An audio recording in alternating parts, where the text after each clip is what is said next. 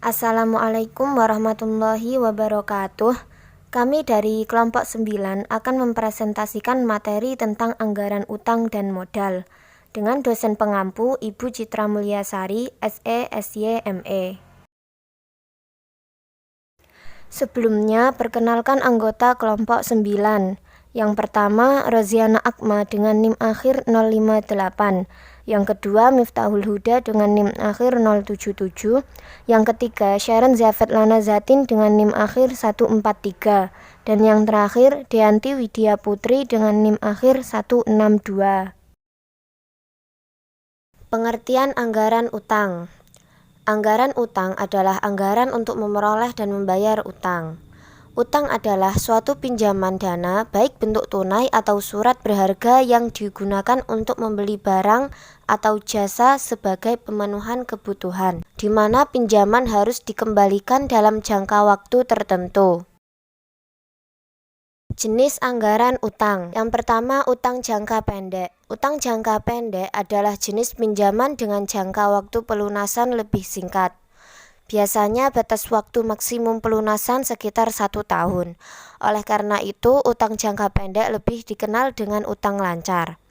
Contoh dari utang jangka pendek seperti taksiran utang pajak, utang biaya, utang dagang, dan utang wesel. Yang kedua, utang jangka menengah.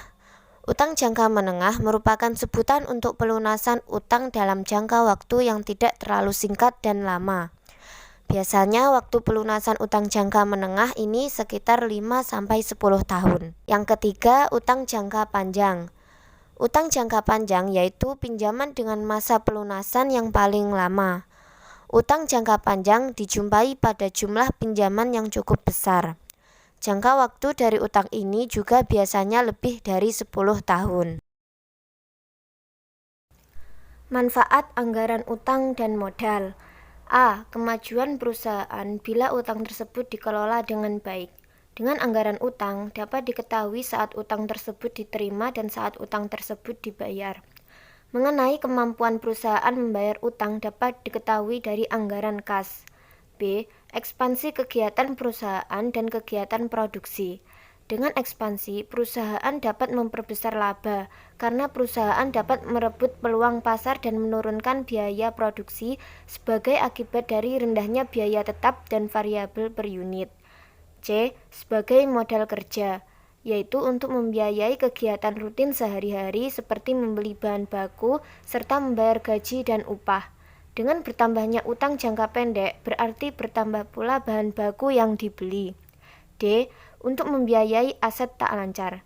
Utang jangka panjang dan modal sendiri digunakan untuk membiayai aset tak lancar, seperti memperoleh bangunan, mesin, dan alat. Faktor-faktor yang mempengaruhi anggaran hutang. Yang pertama, anggaran pembelian material. Semakin besar kebutuhan material pada suatu periode, berarti memerlukan pembelian material yang semakin besar, sehingga kemungkinan tidak membayar dengan tunai akan semakin besar, karena kondisi keuangan yang terbatas. Yang kedua, syarat pembayaran. Syarat pembayaran yang semakin lunak biasanya akan menjadikan nilai hutang yang diambil semakin besar. Syarat pembayaran akan meliputi tingkat bunga, jangka waktu, dan denda serta jatuh tempo pembayaran pada setiap bulan. Yang ketiga, tersedianya modal kerja. Bila modal kerja yang tersedia relatif besar, maka sebagian besar pembelian material dan keperluan yang lain dilakukan secara tunai, sehingga akan meminimkan hutang yang akan diambil. 4. Kepercayaan supplier dan bank. Bila perusahaan cukup mendapatkan kepercayaan dari para supplier dan pihak pemberi kredit, karena selama ini reputasinya cukup baik, maka akan lebih mudah untuk mendapatkan fasilitas kredit, baik dari para supplier dan pihak bank untuk masa-masa yang akan datang. Data dan informasi untuk menyusun anggaran utang. Adapun data dan informasi yang diperlukan untuk menyusun budget utang antara lain: 1. Rencana pembelian bahan mentah atau bahan pembantu yang tertuang dalam budget pembelian bahan mentah. 2. Keadaan perayangan para pemasok bahan di pasar. 3. Posisi perusahaan terhadap pihak pemasok bahan. 4. Syarat pembayaran yang ditawarkan oleh pihak penjual. 5. Tersedianya modal kerja perusahaan. Penyusunan anggaran utang. Penyusunan anggaran utang merupakan tanggung jawab Departemen Keuangan. 1. Langkah pertama, Departemen Keuangan bekerja sama dengan Departemen Pembelian rutin untuk mengumpulkan data berlian dan syaratnya. Langkah kedua, menghitung anggaran utang usaha pada periode tertentu. Langkah ketiga, menyusun anggaran utang usaha. Untuk menyusun anggaran utang jangka panjang untuk keperluan investasi, Departemen Keuangan bekerja dengan Departemen Produksi untuk mengumpulkan data alat produksi dan dibeli sebagai langkah pertama. Langkah kedua, mengumpulkan data jangka panjang, waktu kredit dan bunga serta pembayarannya. Langkah ketiga, menghitung dan menentukan besarnya anggaran utang. Contoh, berdasarkan syarat pembayaran yang ditawarkan oleh pemasok bahan mentah untuk tahun 2012 yang akan datang, yaitu sebesar 8/15 N/30, perusahaan Adijaya menetapkan kebijakan pembayaran dalam pembelian bahan mentahnya seperti berikut. A. Sebanyak 50% dari transaksi pembelian dilakukan secara tunai sehingga perusahaan akan menerima potongan pembelian. B. Sebanyak 20% dari transaksi pembelian dilakukan secara kredit utang kurang dari batas waktu 15 hari dengan pelunasan pembayaran dilakukan pada bulan yang sama dengan bulan terjadinya transaksi tersebut. Dengan demikian, perusahaan akan menerima potongan pembelian. C. Sebanyak 10% dari transaksi pembelian dilakukan secara kredit atau utang lebih dari batas waktu 10 hari dengan pelunasan pembayaran dilakukan pada bulan yang sama dengan bulan terjadinya transaksi tersebut. Dengan demikian, perusahaan tidak akan menerima potongan pembelian. D. Sebanyak 20% dari transaksi pembelian dilakukan secara kredit atau utang lebih dari batas waktu 10 hari dengan pelunasan pembayaran dilakukan pada bulan berikutnya setelah terjadinya transaksi tersebut. Dengan demikian, perusahaan tidak akan menerima potongan pembelian. Ditentukan budget pembelian bahan mentah memiliki data sebagai berikut. Jumlah bahan yang dibeli pada waktu Januari, jenis A total Rp8.200.000, jenis B Rp1.500.000, jenis C Rp4.500.000, jumlah Rp14.200.000. Jumlah bahan yang akan dibeli pada Februari, jenis A Rp7.900.000, jenis B Rp1.800.000, jenis C Rp3.750.000, jumlah Rp13.450.000. Jumlah bahan yang akan dibeli bulan Maret, jenis A Rp8.300.000, jenis B Rp1.200.000, jenis C Rp100.000, jumlah Rp14.600.000. Jumlah bahan yang akan dibeli pada bulan April, jenis A Rp8.100.000, jenis B Rp2.100.000, jenis C Rp4.000.000, jumlah Rp14.200.000. Jumlah bahan yang akan dibeli pada bulan Mei, jenis A Rp7.800.000, jenis B Rp2.300.000, jenis C Rp4.800.000, total Rp14.900.000. Untuk bulan selanjutnya bisa dilihat pada PPT berikut. Dari data kebijakan perusahaan dalam melakukan pembayaran pembelian bahan mentah untuk pada bulan Januari 2012 ditetapkan sebagai berikut. Pembayaran pelunasan utang. Bulan transaksi Desember, jumlah utang Rp7.850.000, Januari Rp2.990.000. Bulan transaksi Januari Rp6.872.000, Januari Rp4.032.800, Februari Rp2.840.000. Bulan transaksi Februari Rp6.509.800, Februari Rp3.819.800, Maret Rp2.690.000. Bulan transaksi Maret Rp7.066.400, Maret Rp4.146.400, April Rp2.920.000. Jumlah transaksi pada bulan April, jumlah utang Rp6.872.800, April Rp4.032.800. Jumlah pada bulan Januari Rp7.022.800, pada bulan Februari Rp6.559.800, pada bulan Maret Rp6.836.400, pada bulan April Rp6.952.800.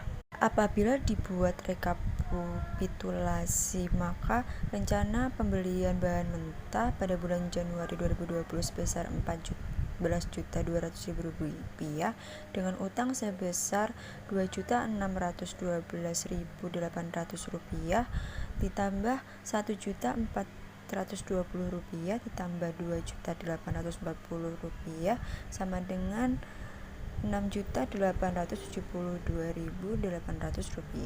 Pada bulan Januari, utang yang akan dibayar sebesar Rp2.612.800 ditambah Rp1.420, jumlahnya Rp4.032.800, dan sisanya sebesar Rp2.840.000 akan dibayar pada bulan Februari. Dibayar pembelian tunai pada bulan Januari 2012 dengan potongan sebanyak 50% dikali Rp14.200.000, hasilnya Rp7.100.000. Potongan 8% dikali Rp7.100.000 sama dengan Rp568.000. Dibayar tunai pada bulan Januari 2020 sebesar Rp6.532.000.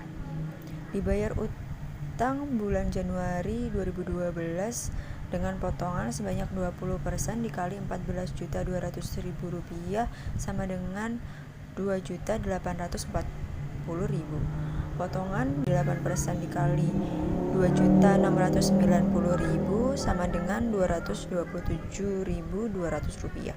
Dibayar utang bulan Januari 2012 Rp2.612.800. Dibayar utang bulan Januari 2012 tanpa potongan sebanyak 10% dikali Rp14.200.000 sama dengan Rp1.420.000. Dibayar utang bulan Januari 2012 yang dibayar pada bulan Februari sehingga tidak mendapatkan potongan sebanyak 20% dikali Rp14.200.000 sama dengan Rp2.840.000. Skedul pembayaran pelunasan utang perusahaan Adijaya. Bulan transaksi Agustus, jumlah utang Rp7.405.200, September Rp3.060.000. Bulan transaksi September, jumlah utang Rp7.211.600, September Rp4.231.600, Oktober Rp2.980.000. Oktober jumlah utang Rp6.776.000, Oktober Rp3.976.000, pada bulan November Rp2.800.000. Bulan transaksi November, jumlah utang Rp6.872.800, November Rp4.032.800, pada bulan Desember Rp2.840.000. Transaksi pada bulan Desember Rp6.340.400, pada bulan Desember pembayaran utang Rp3.720.400. Jumlah pada bulan September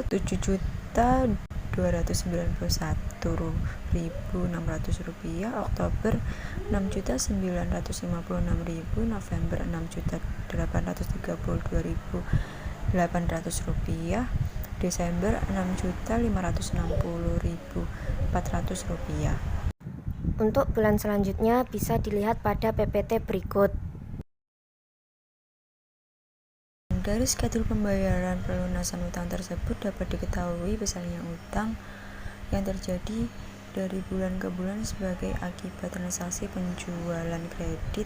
Selanjutnya, perusahaan Adijaya menyusun budget utang untuk tahun 2012 sebagai berikut.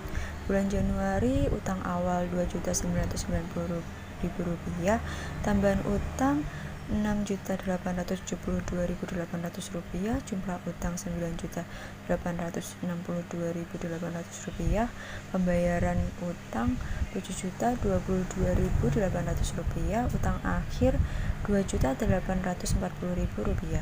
Pada bulan Februari, utang awal Rp2.840.000, tambahan utang Rp6.509.800, jumlah utang Rp9.349.800, pembayaran utang Rp6.659.800, utang akhir Rp2.690.000.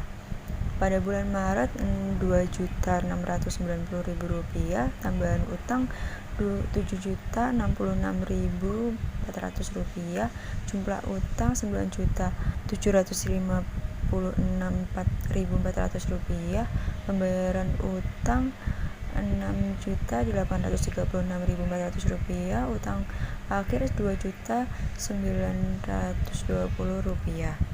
Pada bulan April, Rp2.920.000, tambahan utang Rp6.872.800, jumlah utang Rp9.792.800, pembayaran utang Rp6.836.400, utang akhir Rp2.840.000.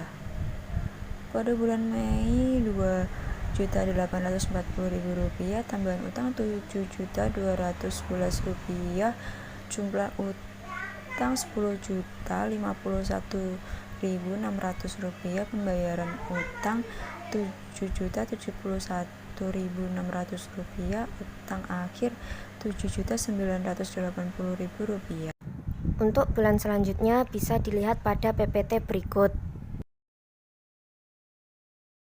Penyusunan anggaran utang jangka panjang. Contoh pembelian mesin dan alat pabrik dengan kredit investasi bank sebesar Rp11 juta dengan ketentuan 1. Bunga 12% setahun dibayar tiap akhir tahun. 2.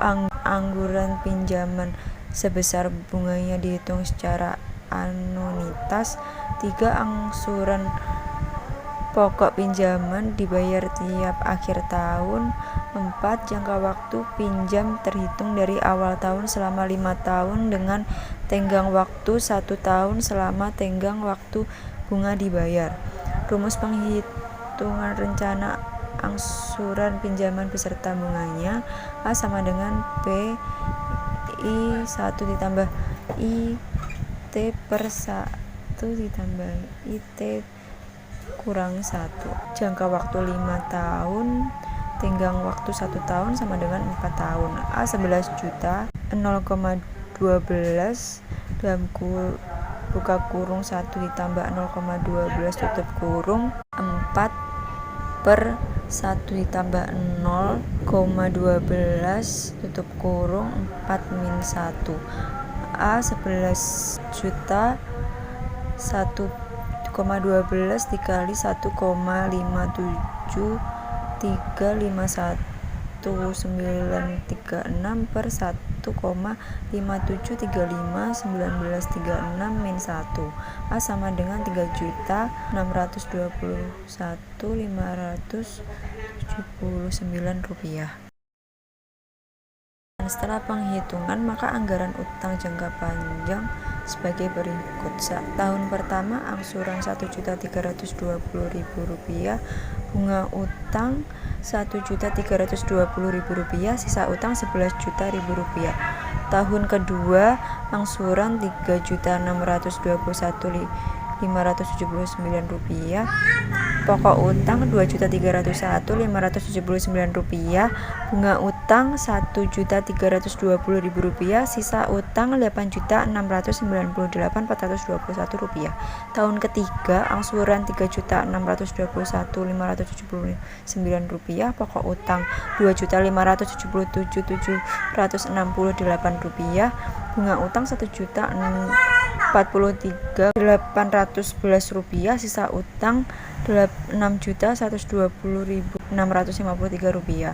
Tahun kelima Rp3.621.579, pokok utang Rp3.233.552, bunga utang Rp388.27. Penyusunan anggaran modal. 1. Perusahaan perseorangan. Perusahaan perseorangan adalah badan usaha yang modalnya dimiliki oleh satu orang dan pemilik dapat menarik modalnya kapanpun untuk keperluan pribadi yang disebut dengan PRIV. Pemilik perusahaan perseorangan bertanggung jawab penuh terhadap utang perusahaan, di mana untuk melunasi utang perusahaan dapat dilakukan dengan kekayaan perusahaan maupun kekayaan pribadi. Contoh, pabrik tempe Selamat mempunyai data selama bulan Januari 2017 sebagai berikut. 1. Modal awal Januari 2017 sebesar 100.000. 2. Tanggal 5 Januari 2017 direncanakan Tuan Selamat menyetor uang tunai untuk menambah modal sebesar 50.000. 3. Tanggal 28 Januari 2017 Tuan Selamat akan menarik uang perusahaan sebesar 10.000 untuk keperluan pribadi. 4. Laba kebersihan dianggarkan bulan Januari 2017 sebesar 15.000. Berdasarkan data tersebut dapat disusun anggaran perubahan modal seperti berikut. Pabrik tempe Selamat, anggaran perubahan modal bulan berakhir 31 Januari 2017. Modal Selamat 1 Januari 2017 100.000, setor periode ini 50.000, laba kebersihan periode ini 15.000. Jadi totalnya 165.000. PRIV periode ini 10.000.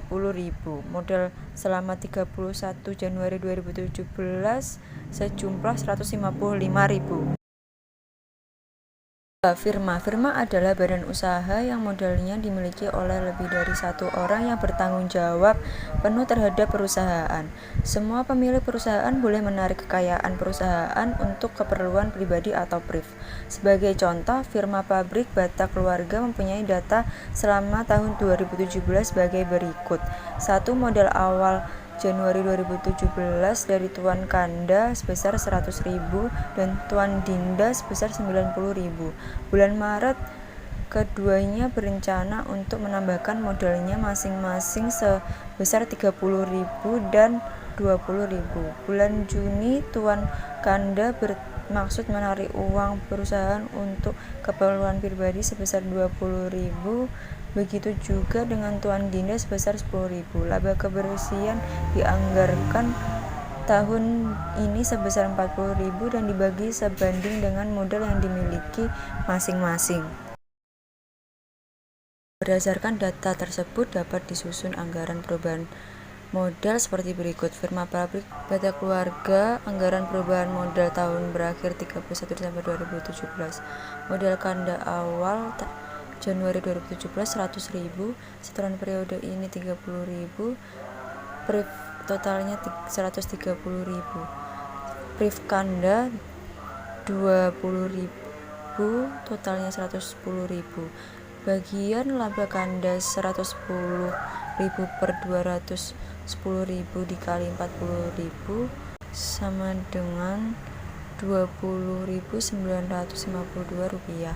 Modal Kanda akhir Desember 2017 Rp130.952. Modal Dinda awal Januari 2017 90.000, setoran periode ini 20.000, totalnya 10.000 rupiah. Brief Dinda 10.000 bagian laba Dinda 100.000 per 210.000 dikali 40.000 sama dengan 19.048 rupiah. Modal Dinda akhir Desember 2017 119.048 rupiah.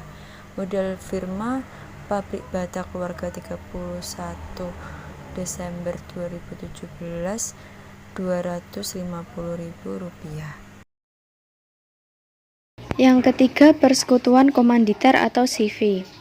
Persekutuan komanditer atau CV adalah persekutuan dua orang atau lebih untuk mendirikan perusahaan.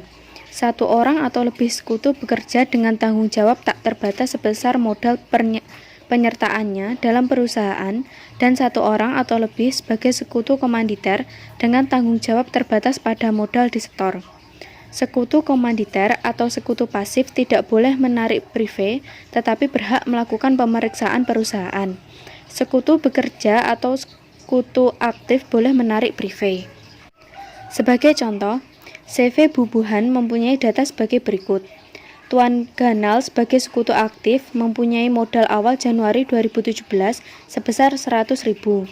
Tuan Kacil sebagai sekutu pasif mempunyai modal awal Januari 2017 sebesar 80.000. Tuan Ganal dan Tuan Kacil berencana menambah modal masing-masing 20.000 dan 10.000 pada bulan Februari 2017. Tuan Ganal akan menarik prive pada bulan November 2017 sebesar 15.000.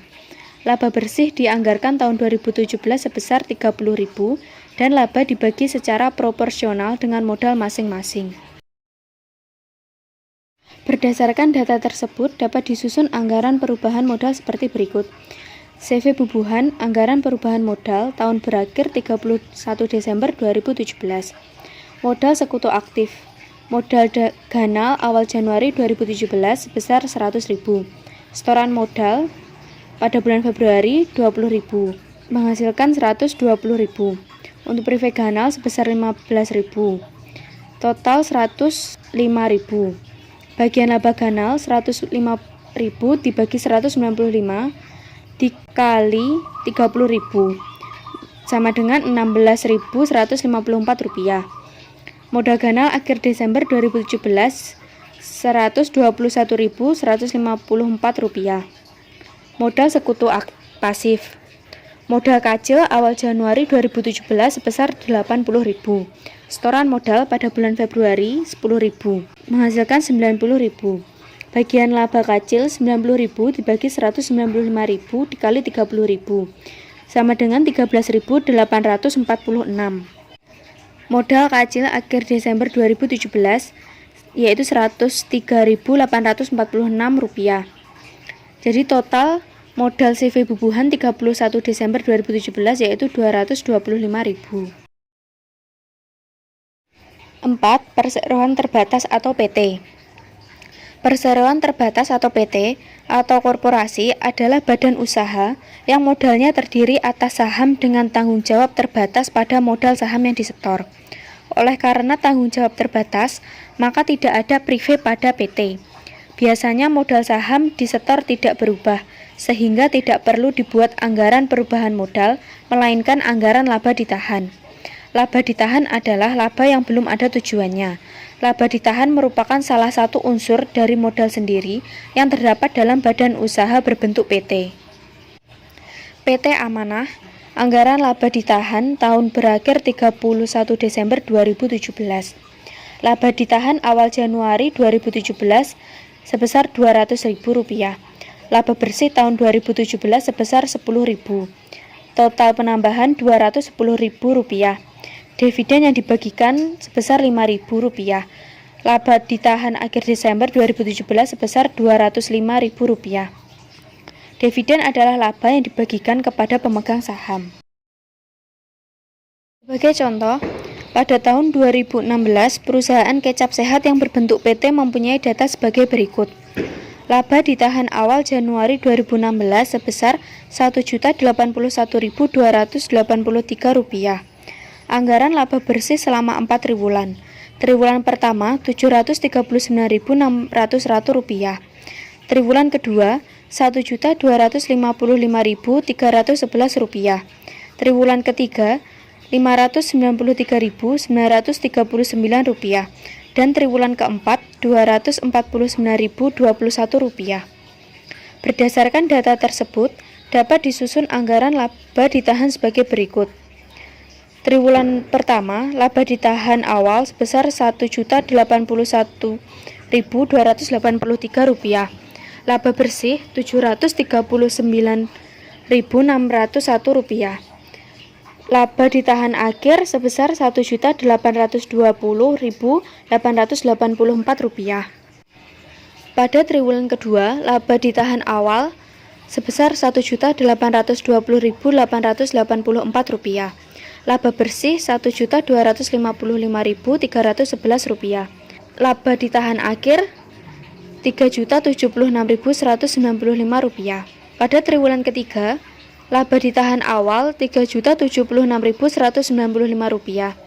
Laba bersih Rp593.939, menghasilkan laba ditahan akhir sebesar Rp3.670.134. Sedangkan pada triwulan keempat, laba ditahan awal sebesar Rp3.670.134 dan laba bersih Rp249.021.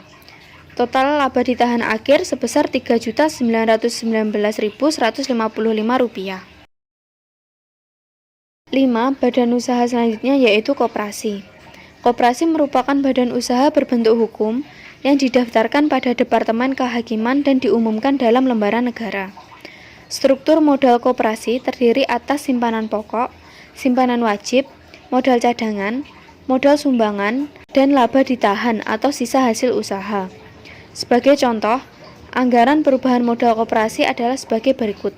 Simpanan pokok sebesar Rp500.000. Simpanan wajib awal Januari 2017 sebesar Rp200.000. Dan setoran periode ini sebesar Rp20.000. Total simpanan wajib akhir Desember 2017 sebesar Rp220.000. Modal cadangan sebesar Rp30.000. Modal sumbangan sebesar Rp50.000. Sisa hasil usaha awal Januari 2017 sebesar Rp40.000. Laba bersih periode ini sebesar Rp10.000. Total penambahan yaitu Rp50.000. Sisa hasil usaha dibagikan sebesar Rp15.000. Sisa hasil usaha akhir Desember 2017 sebesar Rp35.000. Total modal sendiri koperasi pegawai 31 Desember 2017 Rp835.000. Sekian presentasi dari kelompok kami, kelompok 9. Semoga materi yang kami sampaikan bermanfaat. Jika ada salah, mohon maaf. Wassalamualaikum warahmatullahi wabarakatuh.